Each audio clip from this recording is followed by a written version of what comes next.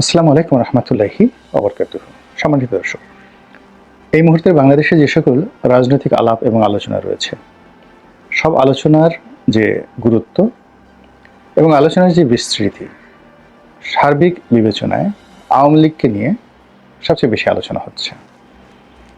আমাদের দেশে নির্বাচন কবে হবে?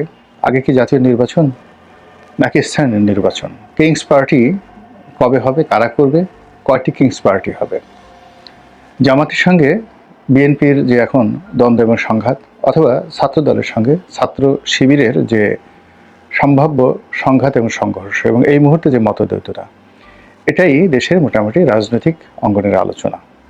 এই আলোচনার বাইরে, অর্থাৎ এই আলোচনা যদি আপনি সবগুলো একদিকে রাখেন আর অপরদিকে যদি আপনি কেবলমাত্র আওয়ামী লীগ সংক্রান্ত আলোচনাকে আপনি একত্র করেন, তাহলে দেখবেন যে রাজনীতির পুরোটা জুড়েই আওয়ামী লীগকে নিয়ে আলোচনা হচ্ছে। অর্থাৎ যদি দুই ভাগে বিভক্ত করেন, তাহলে দেখা যাবে যে অন অ্যাভারেজ 30% আলোচনা হচ্ছে সমসাময়িক রাজনীতি, বাংলাদেশে এখন যারা আছেন তাদের প্রেক্ষাপট, তাদের প্রেম ভালোবাসা, মিল মহব্বত, আর 70% আলোচনা হচ্ছে আওয়ামী লীগকে নিয়ে, এবং আওয়ামী লীগ এখানে নেই। এবং এটাই আমাদের রাজনীতির জন্য সবচেয়ে গুরুত্বপূর্ণ, ভয়ঙ্কর, আশাব্যঞ্জক, আবার হতাশাব্যঞ্জক। কেন?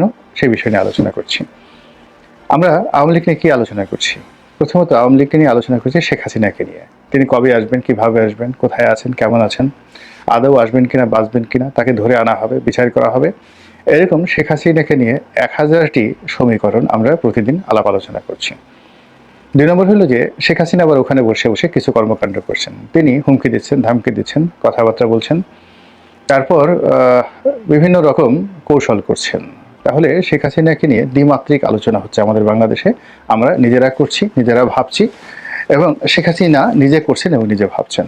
এই একটা পার্ট। এবং প্রতিদিন আমাদের দেশে যারা রাজনৈতিক নেতৃবৃন্দ রয়েছেন, তাদের আলাপ আলোচনার কথাবার্তায় শেখ হাসিনা থাকবেই, গালি হোক আর যে ভাবি হোক না কেন। এই গেল এক।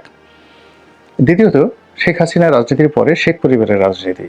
শেখ পরিবারের রাজনীতিতে শেখ পরিবারে যারা আছেন, শেখ হেলাল আছেন, তারপরে নিক্সন চৌধুরী আছেন, নূরে আলম চৌধুরী লিটন আছেন, আবুল হাসনাত আবদুল্লাহ সাহেব আছেন, তারপর শেখ সেলিম সাহেব আছেন, শেখ হেলাল সাহেব আছেন, শেখ হেলাল সাহেবের আরও 2 ভাই আছেন, তার ছেলে তন্ময় আছেন, বাহাউদ্দিন নাসিম সাহেব দূর সম্পর্কে শেখ নয় কিন্তু আছেন, জাহাঙ্গীর কবির নানক আছেন, এরকম আরও অনেকেই শেখ পরিবারের সাথে সম্পৃক্ত যারা রয়েছেন রাজনীতির সাথে, তাদেরকে নিয়ে আলোচনা হচ্ছে। তারা কোথায় আছেন, কেমন আছেন, কত টাকা মেরেছেন, তাদেরকে ধরা হচ্ছে না কেন, কিভাবে তারা পালালেন, ইত্যাদি ইত্যাদি আরও অনেক কিছু।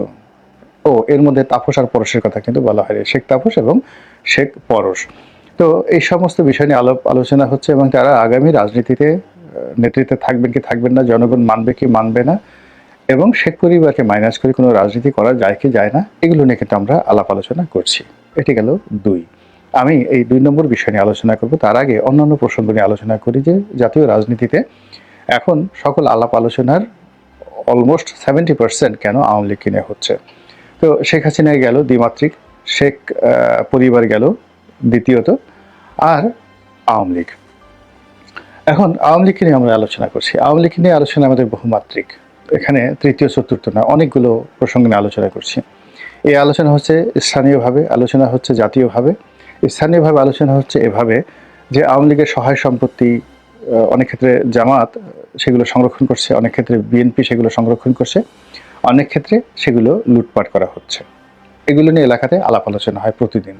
অমুক জায়গাতে এমপির বাড়ি কে পাহারা দিচ্ছে, অথবা অমুক এমপির বাড়ি কে দখল করবে, অথবা অমুক এমপির বাড়ি কে পোড়াবে।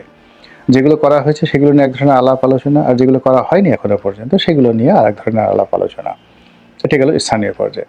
জাতীয় পর্যায়ে যে সকল আওয়ামী লীগ নেতৃবৃন্দ রয়েছেন, যেমন অনেকে বলেন যে ওবায়দুল কাদের এখনো বাংলাদেশে আছেন, মির্জা আজম এখনো বাংলাদেশে আছেন, পালিয়ে আছেন, মাহবুব আলম হানফ এখনো পালিয়ে আছেন, তাদেরকে ধরা হবে, ধরতে পারলে এত টাকা পুরস্কার, তারপর তাদের ওটার মূল্য এত, এটার মূল্য এত, এরকম নানা রকম কথাবার্তা হচ্ছে আওয়ামী লীগকে নিয়ে। তারপর আওয়ামী লীগের অনেক সৎ নেতাকর্মী রয়েছেন, তাদেরকে নিয়ে আলোচনা হচ্ছে, কেন তাদেরকে ধরা হলো, কেন তাদেরকে ধরা হচ্ছে না, অথবা কেন তারা এই বৃহত্তম দলটিকে নেতৃত্ব দেওয়ার জন্য এগিয়ে আসছেন না। এসব নিয়ে আলাপ আলোচনা হচ্ছে। তারপর আওয়ামী লীগের ব্যবসা বাণিজ্য, আওয়ামী লীগের আমলাতন্ত্র, আওয়ামী লীগের যে সকল সামরিক বেসামরিক সাবেক এবং বর্তমান কর্মকর্তা রয়েছেন তাদেরকে নিয়ে এই সমাজে আলাপ আলোচনা হচ্ছে।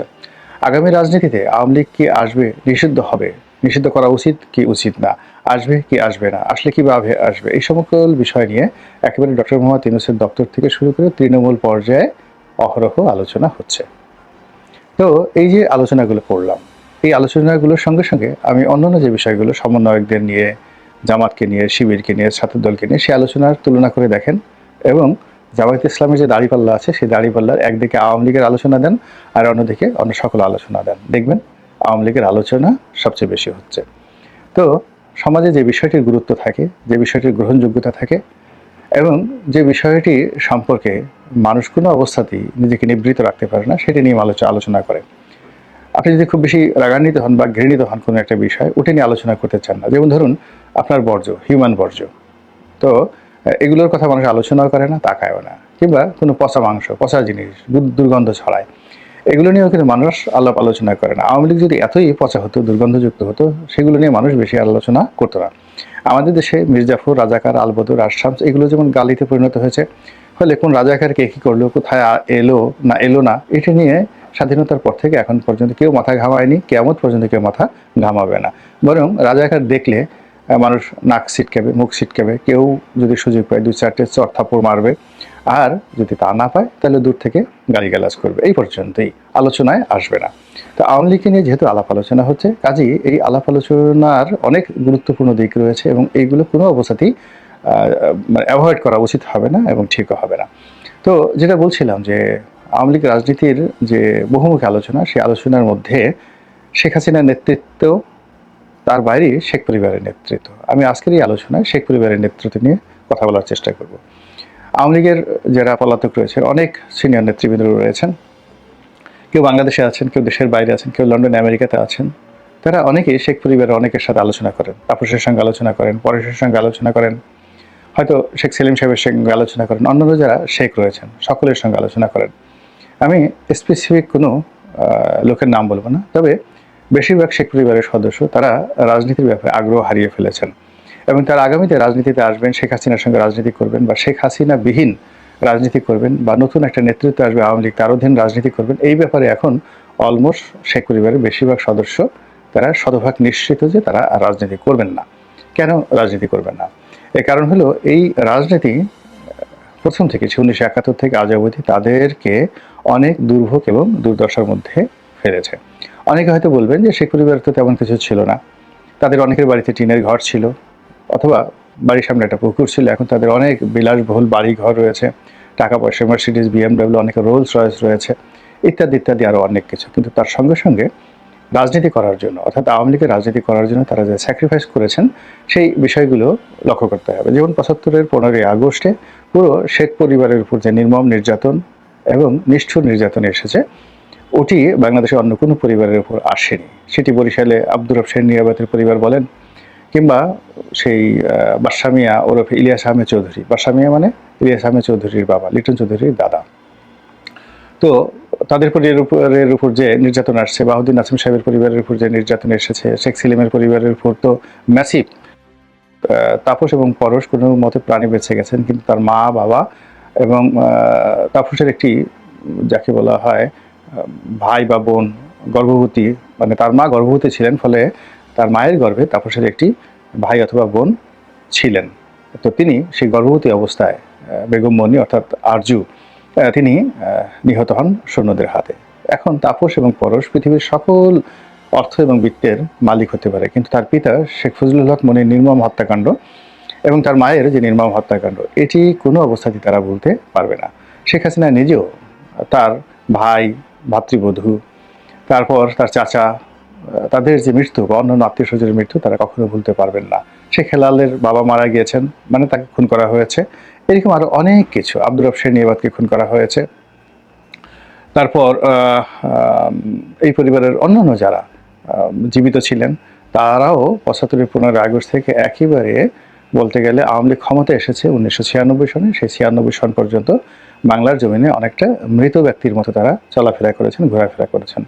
তো এই যে নির্মম এবং নিষ্ঠুরতা, সেই নিষ্ঠুরতা সবাই মিলে ভোগ করেছেন। কিন্তু যখন আওয়ামী লীগ ক্ষমতায় পেয়েছে, তখন সেই ক্ষমতা একেবারে 90% ক্ষমতা ভোগ করেছেন বলতে গেলে শেখ হাসিনা নিজে, আর 8% ক্ষমতা ভোগ করেছেন শেখ রেহানা, বাকি 2% ক্ষমতা শেখ পরিবারের অন্য যারা লোকজন আছেন তারা ভোগ করার চেষ্টা করেছেন।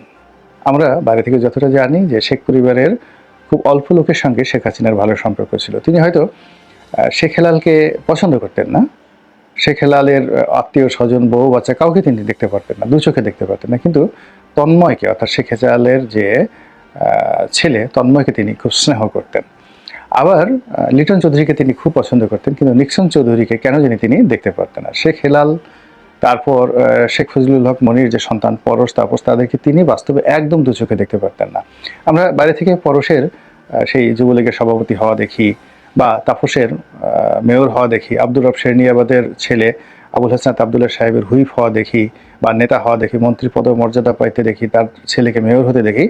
কিন্তু বাস্তবতা হলো যে পরিবারের অভ্যন্তরে তারা ছিলেন লাঞ্ছিত, অপমানিত, নিগৃহীত।